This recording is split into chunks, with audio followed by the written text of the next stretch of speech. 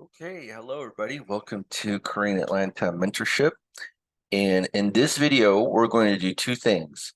We're going to A, celebrate that this channel reached 1,300 subs, and then B, kick off that celebration with another Velocity Banking video, because that's the reason why you're all here, right? What's funny is that, I put out some real estate investing videos and nobody has watched those. But it's all good. If you're just here to enjoy whatever I put out, I'm happy that you're here, right? So let's go here to the content and let's just do a quick sort. Um, and you can see that all the most popular videos are velocity banking, velocity banking, velocity banking, almost every single one of them. In fact, I did a search today of like what's my most non-velocity banking or most popular video that's not related to velocity banking, and I can show you right here. Velocity banking, velocity banking, velocity banking. Um, the one that's the most popular, not related to velocity banking, is this one. Why you don't want an 800 plus credit score, which is kind of related to velocity banking, but it's more about credit. But you do need good credit to do velocity banking, right? But again, um, that's the reason why this channel has gained some traction because people are interested in it. It's a really simple concept. And we're going to kill two birds with one stone. And that's a Korean saying. Celebrate 1,300 subs for doing it. I don't want to go too much in details, or maybe I'm just sick of it, or who knows? Maybe you guys love the statistics. But B, talk about velocity banking again because that's what you want to hear. And so, one of the things that you should be aware is that the main reason why people are in debt is this phenomenon called segregation of income, right? So if you do a Google search of segregation of income, velocity banking, you'll notice at the top result here says velocity banking works by consolidating income and debts in one place, preventing the segregation of income and making debt management easier, right? And the way that the banks work is that they want your income all over the place, right? And this is kind of related to our new live stream that we're going to have soon. So if we go in here, we're going to have a live stream on November 24, 2023 at 6 p.m. and it's for members only, right? So if you want to join and be part of the YouTube membership, you just simply click join right here, 99 cents. You get these badges and you have exclusive access to this once a month live stream. Now, why am I talking about this live stream? Because one of our channel members, Dave, actually sent his information and I said, yeah, hey, we'll go over your information on that live stream, Dave. And when he sent his information, I was like, wow, this is just the prime example of segregation of income because listen, you have debt here, like loan here, credit card here, loan here, credit card here, loan, and your income's all over the place, right? And this is just your debts. So $4,000 a month in debt payments. And that's what the banks want. People think like, oh, the banks are out to get me because I'm poor, but actually they want nothing to do with you if you're poor. They want people who have some money but are terrible at managing their money. And one of the ways that they kind of ensure that you're terrible at managing money is just having your money all over the place, right? So again, I'm not going to go too much into Dave's details today, but the concept that I want to go over is the segregation of income concept, which is why a lot of people who make good money are living paycheck to paycheck. Again, what the whole goal of velocity banking is just to put your money into one place. And you know what's really cool? The top searches for videos regarding velocity banking when I put in segregation income is this channel's videos, right? And one of the ways that you can kind of know if the search results are organic or based on you is just do an incognito search because the incognito search is going to not use your history to do a search because sometimes you click a video and then like now Google just keeps recommending the same types of videos over and over again, but I always like to see the organic search results. Now, again, so that's the main thing that we're going to try to prevent with using velocity banking and pay off our debts quickly, right? If you're a responsible person and can budget like to the T, you may not need velocity banking, right? But for someone like me who wants to set it and forget it system and want to be easily pay off debt, then that's what I'm going to do. I'm going to use velocity banking and I'll explain what it is. So velocity banking, there's only 2 steps to it, right? So, and I talk about these 2 steps in every single video that I have about velocity banking. So if I'm confusing this video, I want you to go to another video, possibly Velocity Banking 101. Click the link down below to talk about this. Now, step 1 is you need a budget, right? And then step 2 is you need an operating account. And the operating account is going to be a line of credit, right? And so what's a line of credit? All it is a financial tool where you can borrow money, pay it back, and use it over and over again. So quick question for you, if you've never heard of the term line of credit, do you have a credit card? If the answer is yes, that's a line of credit, right? Although there are other types of lines of credit like personal, business, home equity line of credit. There's some nuances there, but you could use any one of them and you'll be fine. So now let's go ahead. I'm going to go ahead and copy and paste this to another section. So what we're going to do is write down our income, write down our expenses, and then we're going to write down, checking, savings, and cash flow. Okay. So now we're going to put here the average American. And then we're going to put here velocity banker. Okay. So now let's go ahead and figure out how much income we have. So again, I'm just doing it off the top of my head, but let's go here. I have the average income here, which is 74,580 in 2022. That's household income. So if you have 2 people who are working, a little bit above minimum wage jobs, maybe, I don't know, 20 something, not, well, that's not like a little bit above, if you have 2 people making about 32 grand a year, maybe they work full time at Walmart or something, that would be like the average household income, right? Probably even less. I don't know. All right, so I'm getting into their take-home pay. So this calculator here shows you how much the take-home pay would be net after taxes. This is about 2241, right? So 2241. So we could say, maybe 4,500. We'll just round it off, 4,500 a month. Okay. So actually, let me format this so that we can do a currency format.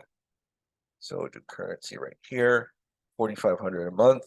And then for the expenses, this is variable. It's all based on you. But what if I just do maybe like, I don't know, 3,000 a month, right? So 3,000, checking, savings, cash flow, 0.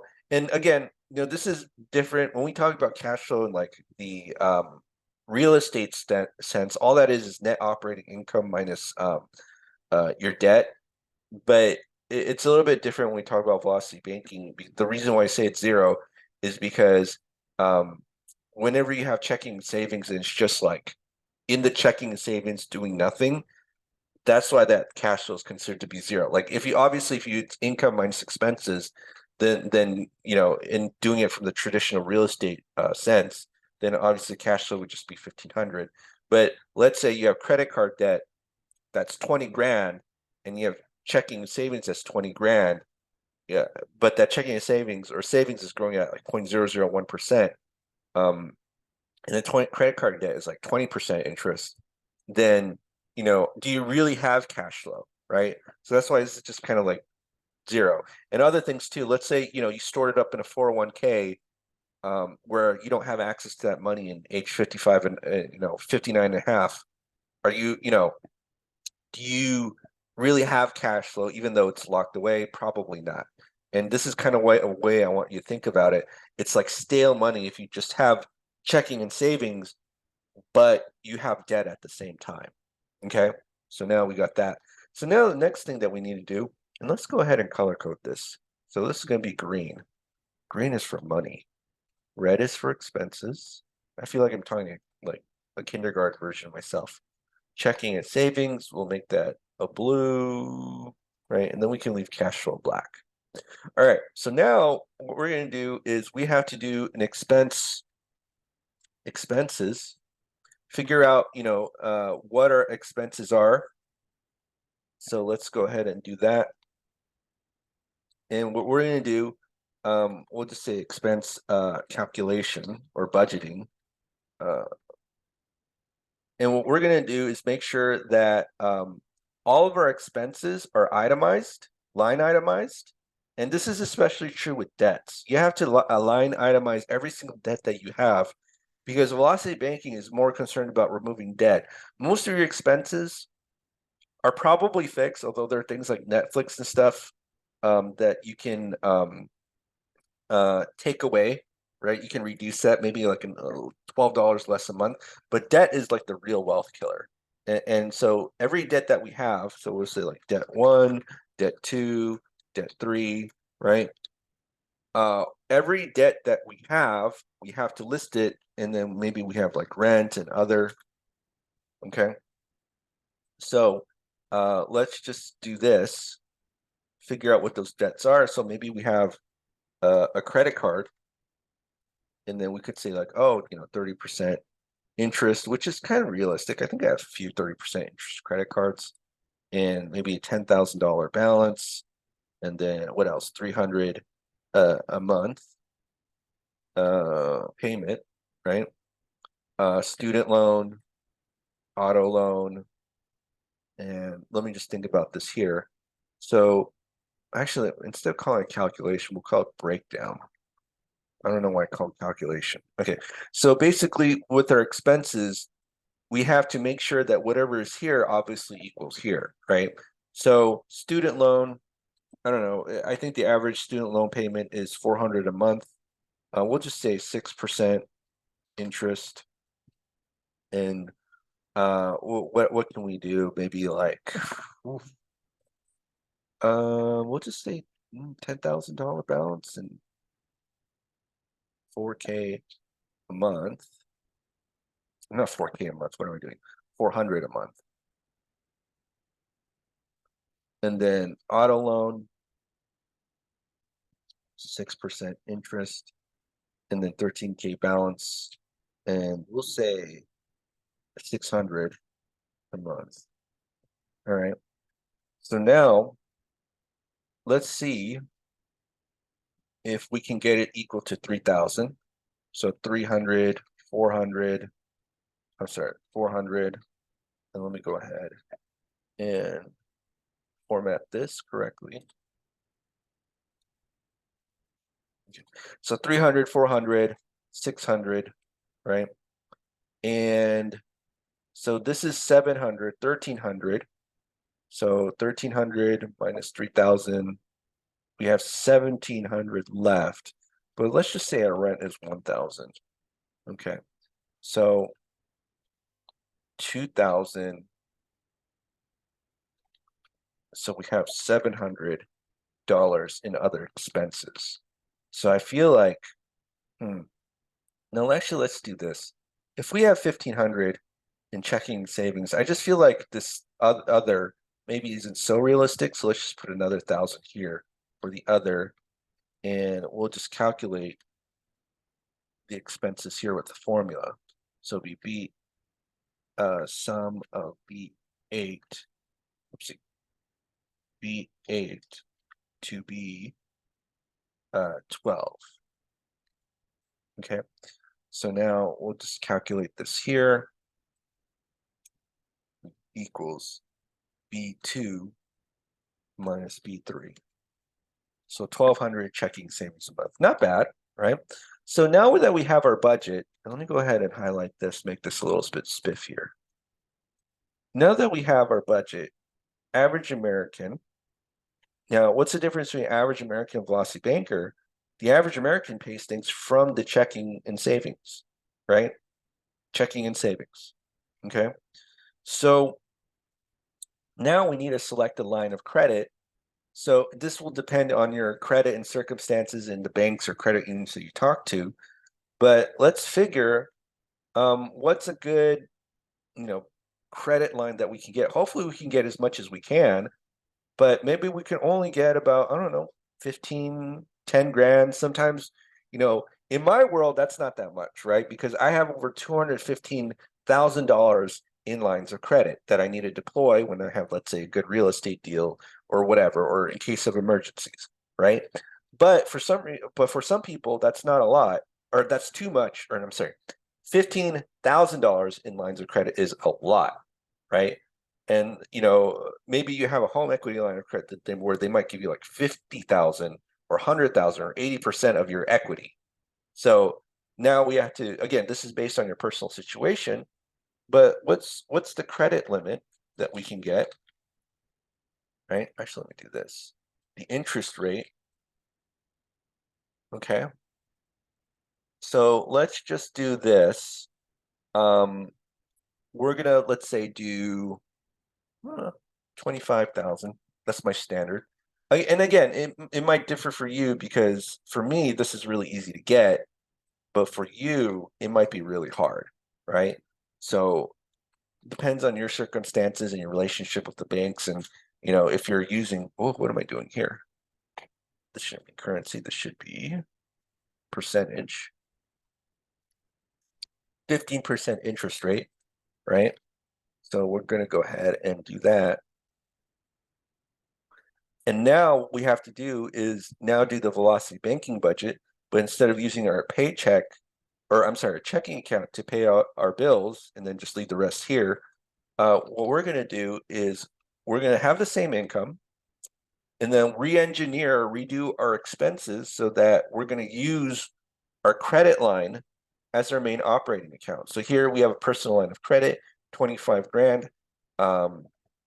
So we can take a look here and figure out what's the easiest way we can free up some cash flow and pay off our debts, right? So we have 10K balance here, 13 here. But I would, and there's different ways to do this, but for me, it's a no-brainer to transfer everything I have in the credit card into the line of credit just because of the interest rate difference, right? So if here I'm at 30 and here I'm at 15, I would definitely do that, right? But the other thing too is you might have these other interest rates like 6 and 6, and some people think, well, this interest rate is 6, so obviously I should not ever transfer this debt to here because this is 15. But really, it's more about your cash flow. So let's say I'm freeing up $400 a month on a $10,000 balance. It's more about the $400 a month, that monthly payment to balance ratio that we're more concerned about than the interest rate. Okay, but I'm not going to get too much in detail on that. So let's just do this. Let's definitely move this credit card. And I don't think it'll make much of a difference of whether we move this one or this one. I think it'll be very similar, although there's some calculations we can do to figure out which one to move. But let's just move these two, right? So what does that mean? So basically, let's say we have a personal line of credit and we want to pay off these two balances, right?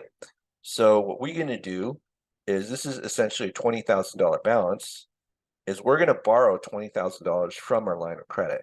So all it is we go to the bank's website, we do a few clicks, and then $20,000 is in our checking and savings, right?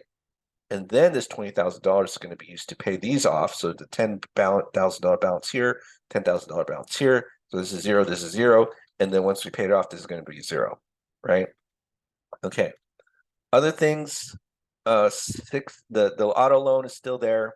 And here's the other thing too. I know that when we make payments to auto loan, the balance is going to go down over time, but let's forget that for now, just to make the calculations easy and pretend it's almost like interest only. Okay. I know that's not realistic, but I want you to be able I'm going to take a few shortcuts so that you can understand this concept simpler. Or is that a right word? Simpler? More simple? I don't know. Anyways, okay, so let's do that. So now what's our balance, right? Let's see. So what's our balance? Our balance is now 20 grand. Okay. So now let's take a look here. So how much is our expenses now? Our expenses is only 2,600, 2,600, right? So 2,600, and our checking and savings is going to be zero, and I'll tell you why. So hold on for 1 second. C2 minus C3. And so what we're going to do, the basic strategy is Velocity banking, is you put your entire paycheck into here. which will do two things: satisfy the minimum monthly payment, and then also minimize the interest, because the interest is calculated on the average daily balance. So when you dump your entire paycheck, that will be the lowest interest you'll get, or the lowest average daily balance, therefore minimizing the interest in the credit line, right? And so we put our entire paycheck in here. We take out our expenses accordingly, right? And then we just rinse and repeat over and over again. And it, the balance of the line of credit will go down approximately about 1900. Again, I know there's the interest, right? But just kind of bear with me here because I want you to understand the concept easier. So let's go ahead and what we're going to do is that after every month, right? So we'll just say month, put month right here. This is, I call this month 0 when you first start to do this. And so we put our entire paycheck here, take off our expenses, and then this should go down about 1900. So G2 minus 1900, which is our cash flow. Whoopsie. So let's go ahead and do that. All right, so now at this point, it'll be 0. And let's go ahead and calculate this. Sometimes Excel does autofill, but I'm just doing it manually. So in about 10 months, we're going to pay this thing off, right?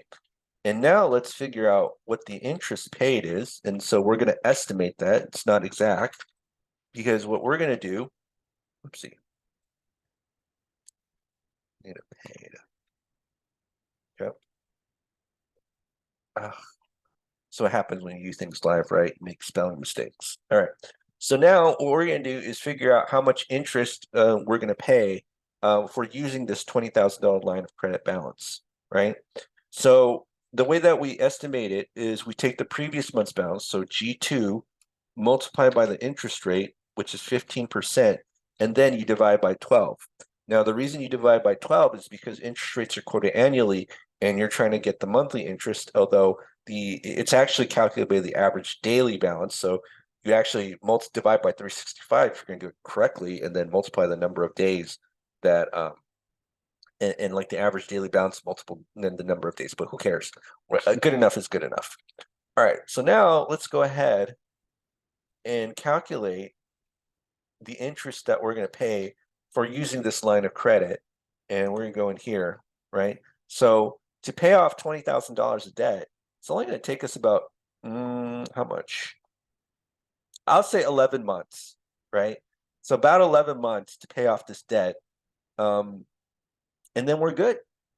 Look how easy that was. I just put paycheck here, take expenses out. Now, here's another cool thing. Now, I know we paid off this credit card debt, right? But the way that you can think of this is that these other expenses, you could just put these on the credit card, right? And I don't want to hopefully get too detailed into this, but one of the ways is that you can minimize interest is that you put all your other expenses on the credit card. So the expenses here were for like vacationing stuff and things that maybe you YOLO'd and you did Airbnb or whatever, and that's why you have a $10,000 balance. But let's say you're paying this all off, but your other expenses that you always have to pay, you put that on the credit card, right? So on this credit card, and so one of the reasons why you might do that is because if you pay your expenses out directly from the line of credit, especially the personal or HELOC or business line of credit, the moment you pull out money is when interest accrues. So if you do things like use your credit card to pay your other expenses and then pay off your balance in full every single time before the appropriate date or at the appropriate date, they don't charge you interest. And because the interest is delayed on a credit card, they don't charge you the moment you take out money, unlike a line of credit. This could save you money and even be a better way to free up some cash flow. So just kind of throwing that out there. But again, let's just make this easy. So so right now, to pay off these two debts, I'll just put, we'll put a column right here that say, this took how many months? 11 months? Let's just check.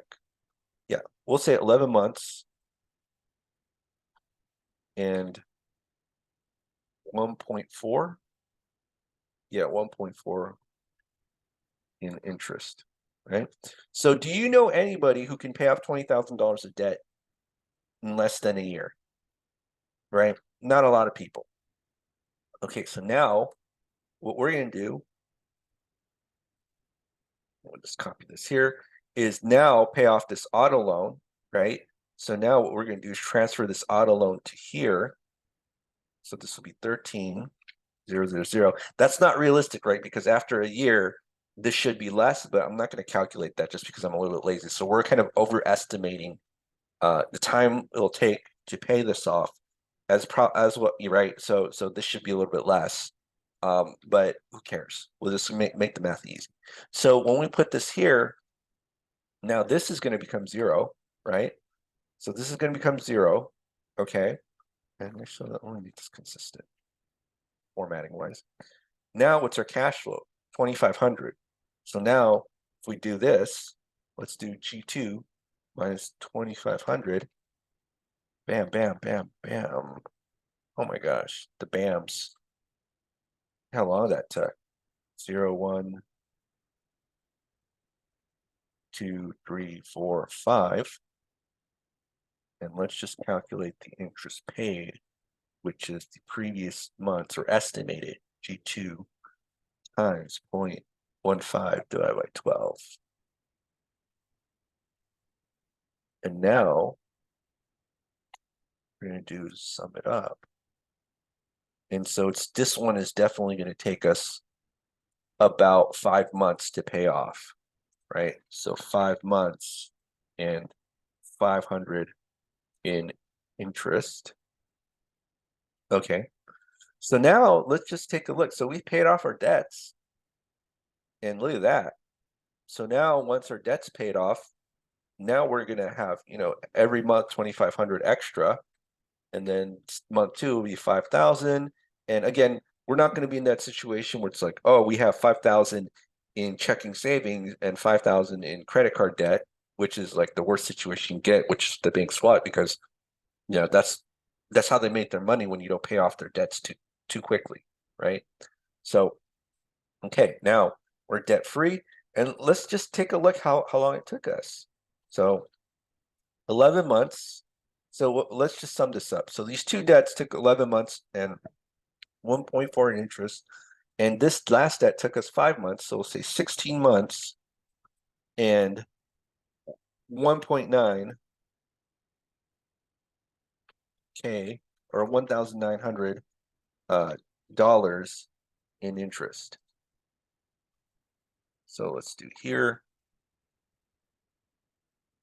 And so, right, so how much did we pay off? We paid off 33,000 of debt. 33,000 paid off. And I wonder if I could do emojis here. No, I can't. All right, but again, 16 months to pay off 33,000 in debt. So that's pretty good, right? We only paid about $2,000 of interest. I'm pretty happy. I don't know about you, but for this is a huge win for most people. And so again, we're trying to prevent, let's go back here, this thing called the segregation of income, where your income's all over the place. And the more money you make, I don't know if you've heard Jevons paradox, but the more money you make, the more you just kind of spend, right? And it's like, whoa, I make over 6 figures. Where'd my money go, right? Kind of a big problem with a lot of people, especially if they make a lot of money. So yeah, so this is Velocity Banking in a nutshell. And again, killing 2 birds with 1 stone, 1,300 subs, and doing a cranking out another Velocity Banking video. Again, if you have any questions, comments down below. If you're interested in joining the group, go ahead and click the Google form link below. Okay. All right. Have a great day, everybody, and we will speak next time.